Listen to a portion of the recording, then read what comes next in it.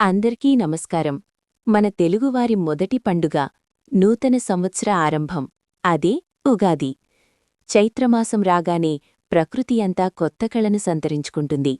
మరి ఈ 2026వ సంవత్సరంలో ఉగాది ఎప్పుడొచ్చింది?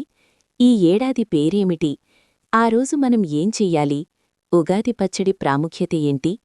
ఇలాంటి ఎన్నో ఆసక్తికరమైన విషయాలను ఈరోజు వీడియోలో వివరంగా తెలుసుకుందాం. వీడియోను చివలేకు చూడండి. నచ్చితే లైక్ చేయడం మర్చిపోవద్దు. ముందుగా అందరికీ శ్రీ పరాభవనామ సంవత్సర ఉగాది శుభాకాంక్షలు.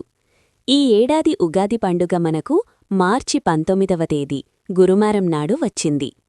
తెలుగు కాలగణనం ప్రకారం 60 సంవత్సరాల చక్రంలో ఇది 40వ సంవత్సరం. ఉగాది అంటే యుగస్య ఆది, అంటే ఒక కొత్త యుగానికి లేదా కాలానికి ప్రారంభం అని అర్థం. అసలు ఉగాదిని మనం ఎందుకు జరుపుకుంటాం? పురాణాల ప్రకారం బ్రహ్మదేవుడు ఈ చైత్రశుద్ధ పాడ్యమి రోజునే సృష్టిని ప్రారంభించాడని చెబుతారు. అందుకే ఇది మనకు నూతన సంవత్సరం. అలాగే వసంతకాలం ప్రారంభమయ్యేది కూడా ఇప్పుడే.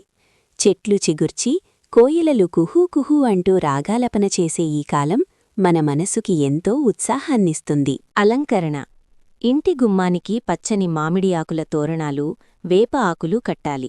వాకిలిలో రంగురంగుల ముగ్గులు వేయాలి. పూజ: ఇష్టదైవాన్ని పూజించి ఈ కొత్త ఏడాదంతా శుభం కలగాలని కోరుకోవాలి. ఉగాది అనగానే మనకు గుర్తొచ్చేది ఉగాది పచ్చడి. ఇది కేవలం ఒక ప్రసాదం మాత్రమే కాదు, జీవిత సత్యం. ఇందులో 6 రుచిలో ఉంటాయి. అవి మన జీవితంలోని 6 భావాలకు సంకేతం. తీపి: బెల్లం, సంతోషానికి గుర్తు. చేదు: వేప పువ్వు, కష్టాలకు గుర్తు. పులుపు: చింతపండు, నేర్పుగా ఉండాలని చెబుతుంది.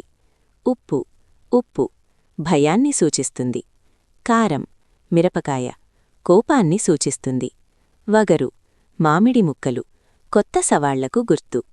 ఈ 6 రుచులను మనం ఎలా ఆస్వాదిస్తామో, జీవితంలోని కష్టసుఖాలను కూడా అలాగే సమానంగా స్వీకరించాలని ఈ పచ్చడి మనకు నేర్పుతుంది. ఉగాది రోజు సాయంత్రం ఖచ్చితంగా చెయ్యాల్సిన పని పంచాంగ శ్రవణం. ఈ ఏడాది మన రాశిఫలాలు ఎలా ఉన్నాయి, ఆదాయ వ్యయాలు ఎలా ఉండబోతున్నాయి, గ్రహగతులు ఎలా ఉన్నాయి వంటి విషయాలను తెలుసుకోవడం వల్ల రాబోయే కాలానికి మనం మానసికంగా సిద్ధమవ్వచ్చు. చూశారు కదా, ఉగాది పండుగ మన సంస్కృతిలో ఎంతటి గొప్ప ప్రాముఖ్యతను కలిగి ఉందో. ఈ శ్రీ పరాభవనామ సంవత్సరం మీ అందరి జీవితాల్లో సుఖ సంతోషాలను నింపాని మనస్ఫూర్తిగా కోరుకుంటున్నాను. ఈ వీడియో మీకు నచ్చితే మీ ఫ్రెండ్స్ అండ్ ఫ్యామిలీకి షేర్ చేయండి. మరిన్ని ఇలాంటి ఆసక్తికరమైన వీడియోల కోసం మా ఛానల్ని సబ్స్క్రైబ్ చేసుకోండి. మరోసారి అందరికీ ఉగాది శుభాకాంక్షలు. సెలవు.